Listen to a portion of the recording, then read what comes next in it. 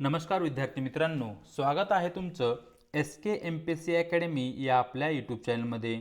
आज दिनांक 28 नोव्हेंबर 2023 वार आहे मंगळवार। तुमच्यासाठी घेऊन आलो आहे लोकसत्ता वृत्तपत्र विश्लेषण।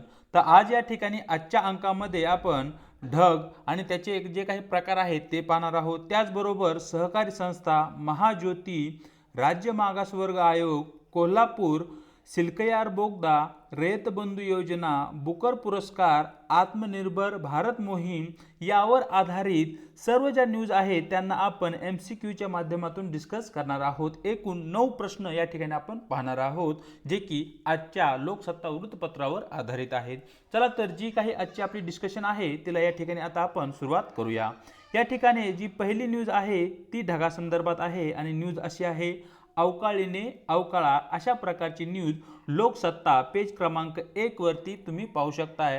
ही जी न्यूज आहे या न्यूजला धरून जो आजचा आपला क्वेश्चन बनतो तो क्वेश्चन या ठिकाणी पाहूया। क्वेश्चन असा आहे, खालीलपैकी कोणत्या ढगापासून पाऊस पडतो? म्हणजे जे काही ढग आहेत त्या ढगांचे विविध प्रकार आहेत, मग त्या प्रकारामध्ये कोणत्या ढगापासून पाऊस पडतो अशा प्रकारचा सरळ प्रश्न UPSCने मागच्या काही वर्षामध्ये विचारलेला आहे। तुम्ही UPSCच्या प्रीवियस इयर क्वेश्चन पेपरमध्ये तो क्वेश्चन तुम्ही पाहू शकताय। तर या ठिकाणी आपले जे काही पर्याय आहेत मित्रांनो, ते पर्याय ज्यामध्ये A क्युम्युलस, पर्याय B अल्टो, पर्याय C निम्बस, पर्याय D स्ट्रॅटस। तर मित्रांनो या ठिकाणी आपलं योग्य उत्तर राहील पर्याय C निम्बस। या क्लाउडमुळे किंवा या ढगामुळे आपल्याकडे पाऊस पडतो। निम्बस निंबू किंवा लिंबू अशा प्रकारे तुम्ही हा जो निम्बस क्लाउड आहे तो लक्षात ठेवू शकताय। खाली एक पिक्चर दिली आहे, त्या पिक्चरमध्ये जे काही क्लाउड्स आहेत त्यांचे विविध प्रकार तुम्ही पाहू शकता। यामध्ये लो हाईटवर जे क्लाउड असतात त्यांचे प्रकार आहेत, त्यानंतर मिडल हाईटवर जे काही क्लाउड आहेत त्यांचे प्रकार तुम्ही पाहू शकताय आणि अत्यंत उंचीवर असणारे जे काही क्लाउड असतात त्यांचेही प्रकार तुम्ही या ठिकाणी पाहू शकताय। तर या ठिकाणी सर्वात लो हाईटवर जर आपण पाहिलं तर एक आहे स्ट्रॅटस क्लाउड, जे की अशा प्रकारे स्तरामध्ये असतात। त्यानंतर स्ट्रॅटो क्युम्युलस अशा प्रकारचे क्लाउड असतात आणि त्यानंतर आहे क्युम्युलस क्लाउड, अशा प्रकारे ज्यांचा शेप असतो त्यांना आपण क्युम्युलस क्लाउड म्हणतो। आणि निम्बस स्ट्रॅटस ज्या ढगामुळे पाऊस पडतो ते ढग म्हणजे आहेत निम्बस स्ट्रॅटस। अशा प्रकारचे जे काही ढग असतात त्यामुळे आपल्याकडे पाऊस पडत असतो। त्यानंतर मिडल फेजमध्ये आपल्याकडे अल्ट्रो स्ट्रॅटस अशा प्रकारचे क्लाउड्स असतात, अल्ट्रो क्युम्युलस नंबर 2। आणि सर्वात अगदी हाय उंचीवर सिरस स्ट्रॅटस आहेत, सिरस क्युम्युलस आहेत, सिरस आहेत। आणि अशा प्रकारचे जे काही क्लाउड्स आपल्याला कधीतरी पाहायला भेटतात त्यांना आपण क्युम्युलो निम्बस क्लाउड असे म्हणतो, जे की आकाराने आणि उंचीने सर्वाधिक उंचीचे क्लाउड्स असतात। अशा प्रकारे ढगांविषयी आणि कोणत्या ढगामुळे आपल्याकडे पाऊस पडतो याची या ठिकाणी आपण माहिती घेतलेली आहे। पाहूया पुढचा प्रश्न जो की सहकारी संस्था संदर्भात आहे। तत्पूर्वी जी न्यूज आहे ती न्यूज पाहूया। विद्यापीठ संशोधन केंद्र स्थापनेसाठी शिफारस, अशा प्रकारची न्यूज आपल्याला लोकसत्ता पेज क्रमांक 1 वरती जी की प्रिलिमच्या दृष्टिकोनातून आपल्यासाठी महत्त्वाची आहे ती त्या ठिकाणी तुम्ही पाहू शकताय। आपल्या देशामध्ये आणि खास करून आपल्या राज्यामध्ये सहकार क्षेत्र आणि सहकार क्षेत्रातून होणारा जो काही सामाजिक आर्थिक विकास आहे याला सहकार क्षेत्राने महत्त्वपूर्ण पाठबळ दिले आहे। मग या ठिकाणी सहकार क्षेत्राचा विकास व्हावा यासाठी केंद्र सरकारकडून एक तज्ञ समिती नेमण्याची या ठिकाणी हालचाली सुरू झाल्या आहेत। मग या न्यूजला धरून आपला आजचा जो काही प्रश्न आहे तो प्रश्न या ठिकाणी पाहूया। प्रश्न क्रमांक 2 मध्ये प्रश्न असा आहे, शिखर सहकारी संस्था कोणत्या स्तरावर असते? शिखर सहकारी संस्था कोणत्या स्तरावर असते? ज्यामध्ये पर्याय A गाव पातळी, पर्याय B जिल्हा स्तर, पर्याय C राज्य स्तर, पर्याय D राष्ट्रीय स्तर। तर मित्रांनो ज्या काही सहकारी संस्था आहेत त्या सहकारी संस्थाची जी जर आपण रचना पाहितली तर अगदी बॉटमला असते प्राथमिक सहकारी संस्था, जी की गाव पातळीवर कार्य करते। त्यानंतर मधल्या पातळीवर आपल्याला जिल्हा सहकारी संस्था पाहायला भेटते, जी की जिल्हा स्तरावर कार्य करते। आणि अगदी वरच्या टोकावर जी असते ती असते राज्य सहकारी संस्था। म्हणजे या ठिकाणी जी काही रचना आहे सहकारी संस्थांची, त्यामध्ये अगदी शिखरावर जी आहे ती आहे राज्य सहकारी संस्था। म्हणजेच या ठिकाणी आपलं योग्य उत्तर राहील पर्याय सी, राज्य सहकारी संस्था ही शिखर सहकारी संस्था म्हणून कार्य करताना दिसते। चलूया आपल्या पुढच्या प्रश्नाकडे। प्रश्न क्रमांक 3 जो की महाज्योती संदर्भात आहे। तत्पूर्वी न्यूज पाहूया। महाज्योतीच्या चुकीच्या नियोजनाचा फटका, अशा प्रकारची न्यूज या ठिकाणी आपल्या समोर आहे। या न्यूजवर आधारित आपला जो प्रश्न आहे तो प्रश्न असा आहे, महाज्योती संस्था कोणत्या वर्गाच्या विकासासाठी स्थापन करण्यात आली आहे? जी काही महाज्योती संस्था आहे तिची स्थापना कोणत्या वर्गातील समाजाच्या मुलांचा किंवा नागरिकांचा विकास करण्यासाठी ही संस्थापना करण्यात आली आहे, अशा प्रकारचा सरळ प्रश्न आहे। ज्यामध्ये पर्याय ए एससी वर्ग, पर्याय बी एसटी वर्ग, पर्याय सी खुला वर्ग, पर्याय डी ओबीसी वर्ग। तर या ठिकाणी आपले योग्य उत्तर राहील पर्याय डी, ओबीसी वर्गातील जे काही विद्यार्थी आहेत त्या विद्यार्थ्यांच्या सर्वांगीण विकासासाठी आणि त्या समाजाच्या सर्वांगीण विकासासाठी या ठिकाणी महाज्योती नावाची संस्था स्थापन करण्यात आली आहे।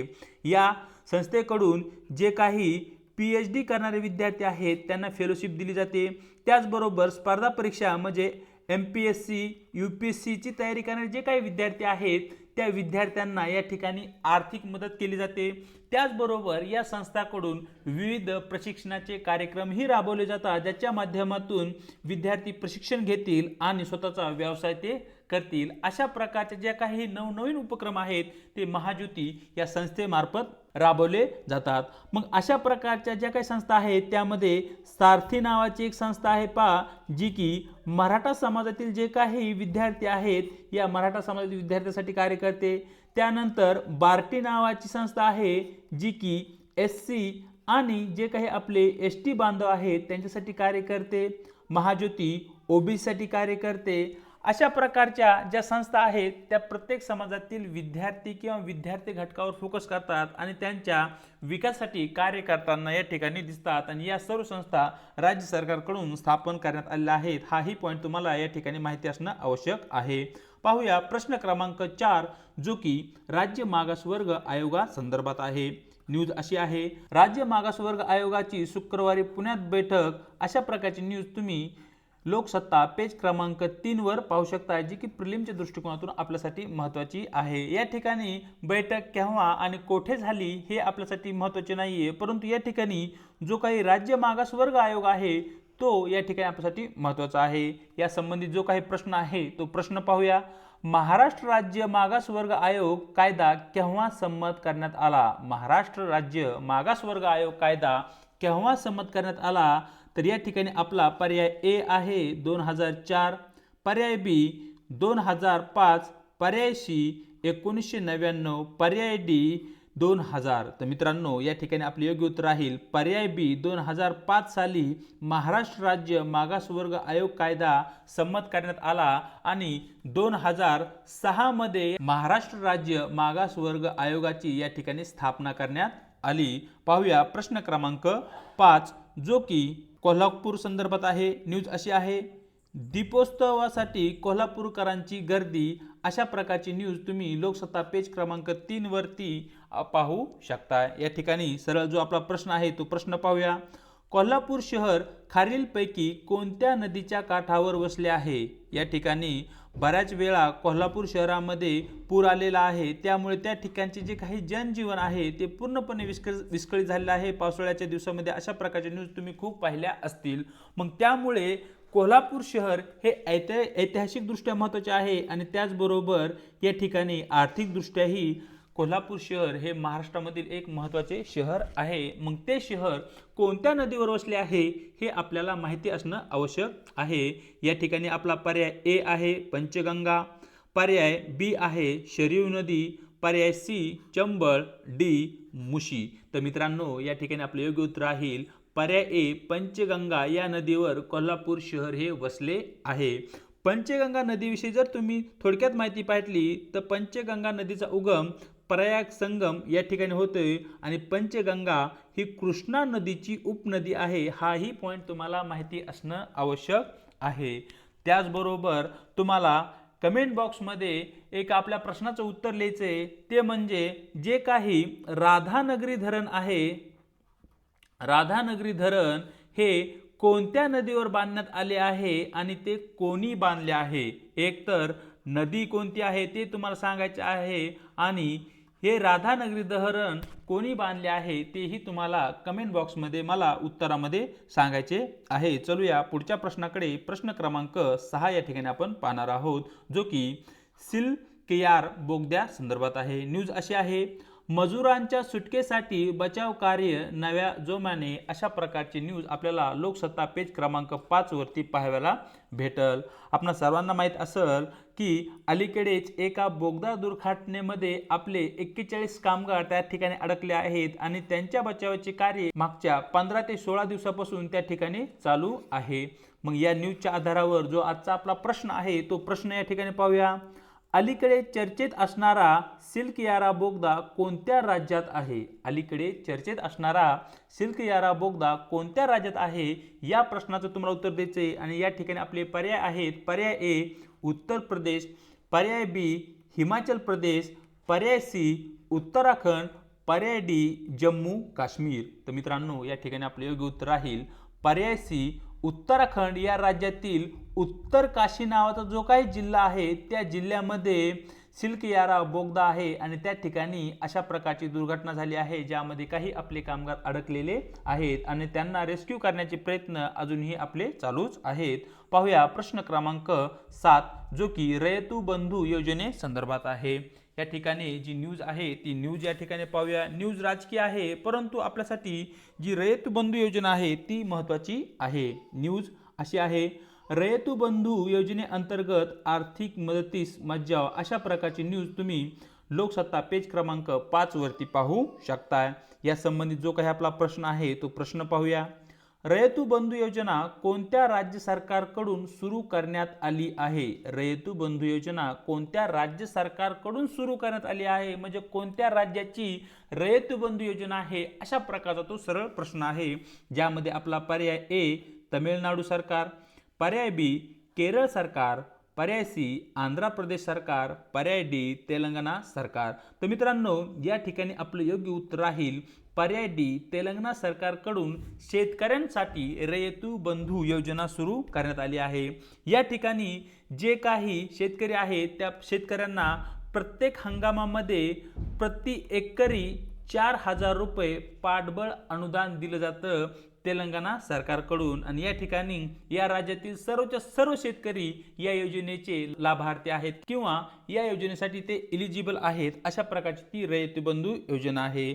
मग अशा प्रकारचीच एक केंद्र सरकारची योजना आहे जिचं नाव आहे PM किसान योजना। या योजनेअंतर्गत प्रत्येक 4 महिन्यांनी शेतकऱ्यांच्या खात्यावरती 2000 रुपये टाकले जातात, म्हणजे वर्षाकाठी एकूण 6000 रुपये हे शेतकऱ्यांच्या खात्यावर थेट टाकले जातात। ही झाली केंद्र सरकारची। मग आपल्या महाराष्ट्र सरकारची सुद्धा एक योजना आहे जी आहे मुख्यमंत्री किसान सन्मान योजना। या ठिकाणीही प्रत्येक 4 महिन्यांनी 2000 रुपये शेतकऱ्यांच्या अकाउंटवर टाकले जातात आणि वर्षाकाठी 6000 रुपये, म्हणजे केंद्राचे 6 आणि महाराष्ट्राचे 6 असे वर्षाकाठी शेतकऱ्यांना आता 12000 रुपयाचं अनुदान भेटणार आहे। हे त्यांच्या शेतीतील जे काय उत्पादन आहे त्या उत्पादन वाढावे यासाठी एक प्रकारचे पाठबळ म्हणून त्या ठिकाणी कार्य करणार आहे। पाहूया प्रश्न क्रमांक 8, जो की 2023च्या बुकर पुरस्कारा संदर्भात आहे। न्यूज अशी आहे, आयरिश लेखक पॉल लीच यांना इंग्रजी साहित्यासाठी प्रतिष्ठित बुकर, अशा प्रकारची न्यूज आहे आणि या न्यूजमधूनच आपलं आन्सर ही तुमच्या समोर येऊन जाईल। तत्पूर्वी प्रश्न जो आहे तो प्रश्न पाहूया।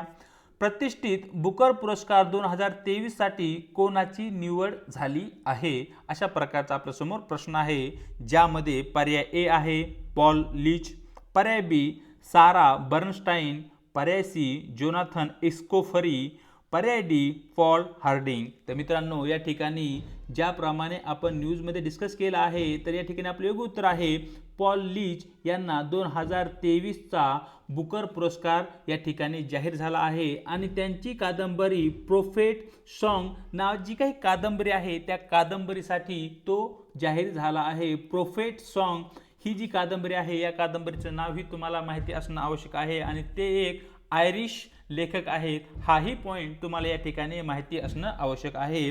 पाहूया आजचा आपला शेवटचा प्रश्न, जो की या ठिकाणी आत्मनिर्भर भारत मोहिमे संदर्भात आहे. मग या आत्मनिर्भर भारत मोहिमेतील जो काही आपला प्रश्न आहे तो प्रश्न असा आहे, आत्मनिर्भर भारत मोहीम कोणत्या क्षेत्रासंबंधी आहे? ज्यामध्ये पर्याय ए कृषी क्षेत्र विकास, पर्याय बी वाहतूक क्षेत्र विकास, पर्याय सी संरक्षण क्षेत्र विकास, पर्याय डी माहिती व दूरसंचार क्षेत्र विकास.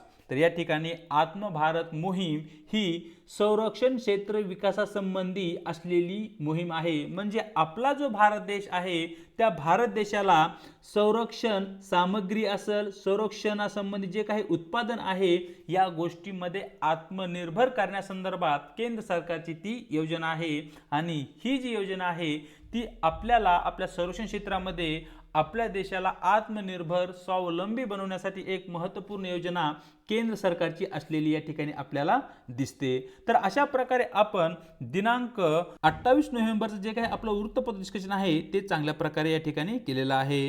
या ठिकाणी आपल्या व्हिडिओच्या डिस्क्रिप्शन बॉक्समध्ये आपल्या टेलिग्राम चॅनलची लिंक दिली आहे. त्या ठिकाणी आपल्या व्हिडिओच्या लिंक्स आणि त्याचबरोबर ज्या काही नवनवीन स्पर्धा परीक्षेसंबंधी अपडेट आहेत त्या अपडेट तुम्हाला त्या ठिकाणी भेटून जातील. त्या ठिकाणी तुम्हाला आपलं टेलिग्राम चॅनलही जॉईन करायचं आहे. आज इथेच थांबत आहोत आणि भेटूया एका नवीन व्हिडिओसोबत.